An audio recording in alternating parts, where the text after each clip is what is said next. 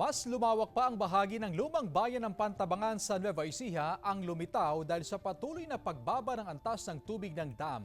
Naging instant at tourist attraction tuloy ito. Tungayan sa report.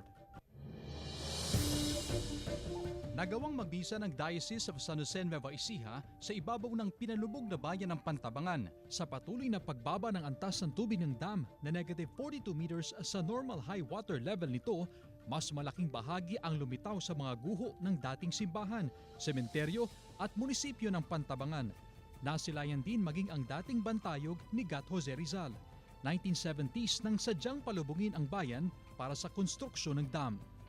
Yung pagkakalitaw ng lumang bayan natin ay siguro dahil ngayon ay ika-golden anniversary.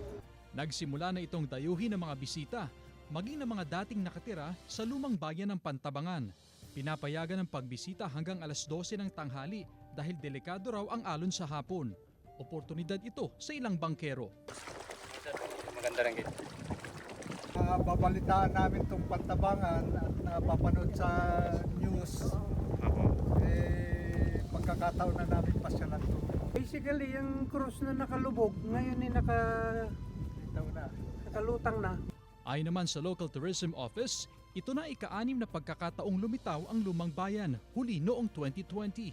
Pero dahil sa El Nino, mas kita raw ngayon ang Old Pantabangan Ruins na idineklarang Heritage Zone ng LGU.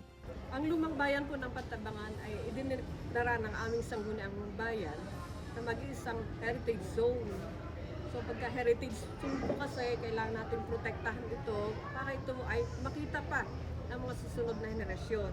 Pinapayagan din ang pagkuha ng litrato, pero respeto at kalinisan sa lugar ang pakiusap sa mga bisita.